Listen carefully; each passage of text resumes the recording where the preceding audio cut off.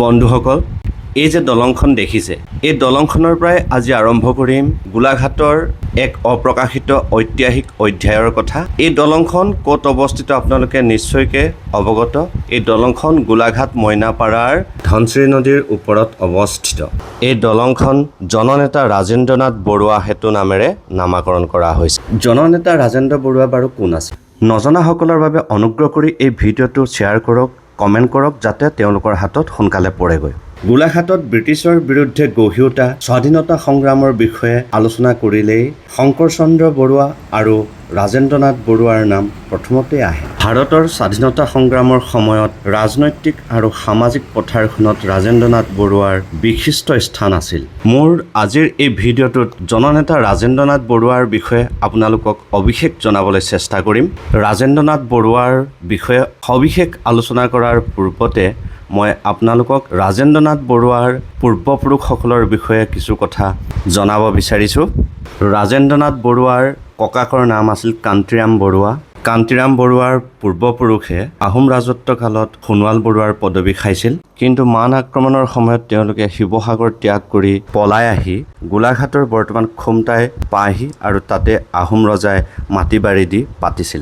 এই বৰুৱা পৰিয়ালৰ সন্তান কান্তিৰাম বৰুৱাই ব্ৰিটিছ শাসনকালত খুমটাই মৌজাদাৰ পদত নিয়োজিত হৈছিল। কান্তিৰামৰ বৰপুত্ৰ আছিল দণ্ডধৰ বৰুৱা। দণ্ডধৰ বৰুৱা ব্ৰিটিছৰ শাসনকালত প্ৰথমতে তহচিলদাৰ আৰু পিছলৈ ৰায়বাহাদুৰ পদত নিয়োজিত হৈছিল। দণ্ডধৰ বৰুৱাৰ ভাতৃদ্বয় আছিল কেশৱ চন্দ্ৰ বৰুৱা আৰু গণেশশ্যাম বৰুৱা।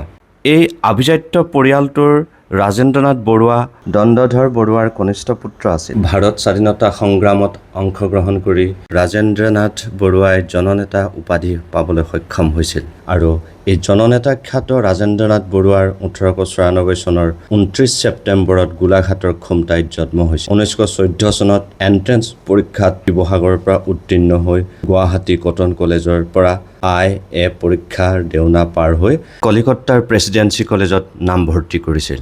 1916 চনত প্ৰেছিডেন্সি কলেজৰ পৰা BA ডিগ্ৰী লাভ কৰি সামাজিক আৰু ৰাজনৈতিক জীৱনৰ পাতনি মেলিছিল। 1919 চনত কলিকতা বিশ্ববিদ্যালয়ৰ পৰাই আইনৰ পৰীক্ষাত উত্তীৰ্ণ হৈ গোলাঘাটলৈ উভতি আহি ওকালতি আৰম্ভ কৰিছিল।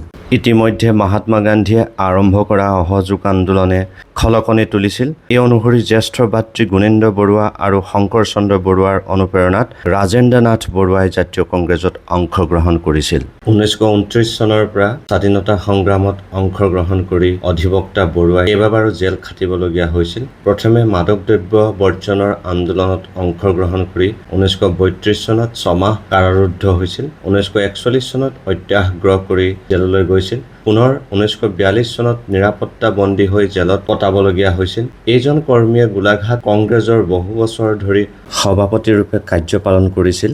1937 চনত হোৱা নিৰ্বাচনত তেওঁ গোলাঘাট সমষ্টিৰ পৰা লেজিছলেটিভ এছেম্বলিলৈ নিৰ্বাচিত হৈছিল। 1952 চনৰ নিৰ্বাচনত তেওঁ পুনৰ বিধানসভালৈ নিৰ্বাচিত হৈছিল। তেওঁ বিধানসভাৰ উপাধ্যক্ষ পদো অলংকৃত কৰিছিল।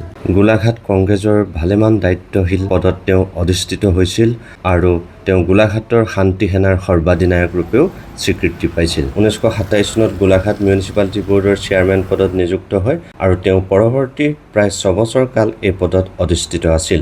বৰ্তমান গোলাঘাটৰ MSR থিয়েটাৰ হলটিৰ গঢ়ি তোলাত তেওঁৰ যথেষ্ট বৰঙণি আছে। এইজন বিপ্লৱী পুৰুষ, স্বাধীনতা সংগ্ৰামী, মুক্তিযোদ্ধা ৰাজেন্দ্ৰ নাথ বৰুৱাৰ বিষয়ে কতো সবিশেষ উল্লেখ পোৱা নাযায়। তেওঁ জীৱনৰ ভাটিবেলাত গুৱাহাটীলৈ সপৰিয়ালে হস্তান্তৰ হৈছিল আৰু তাতে জীৱনৰ শেষ নিশ্বাস ত্যাগ কৰে। গোলাঘাট মইনাপাৰৰ ধনশিৰি নদীৰ ওপৰৰ এই দলংখন জননেতা ৰাজেন্দ্ৰ প্ৰসাদ বৰুৱা সেতু নামেৰে নামাকৰণ কৰা কাৰ্যই সঁচা অৰ্থত এই যোদ্ধাজনক উপযুক্ত সন্মান প্ৰদৰ্শন কৰা হৈছে যদিও ই যথেষ্ট নহয়। ৰাজেন্দ্ৰ প্ৰসাদ বৰুৱাৰ দৰে হাজাৰ হাজাৰ লোকৰ ত্যাগৰ ফলতহে আজি আমি স্বাধীন ভাৰতৰ নাগৰিক বুলি আত্মপৰিচয় দিবলৈ সক্ষম হৈছোঁ। জননেতা ৰাজেন্দ্ৰ প্ৰসাদ বৰুৱালৈ শ্ৰদ্ধাৰে সন্মান নিবেদন কৰি আজিলৈ মোৰ ভিডিঅ'টি সামৰিছোঁ। পুনৰ এটি নতুন ভিডিঅ'ত লগ পোৱাৰ আশাৰে আপোনালোক আটাইৰ পৰা আজিলৈ বিদায় মাগিছোঁ। ধন্যবাদ।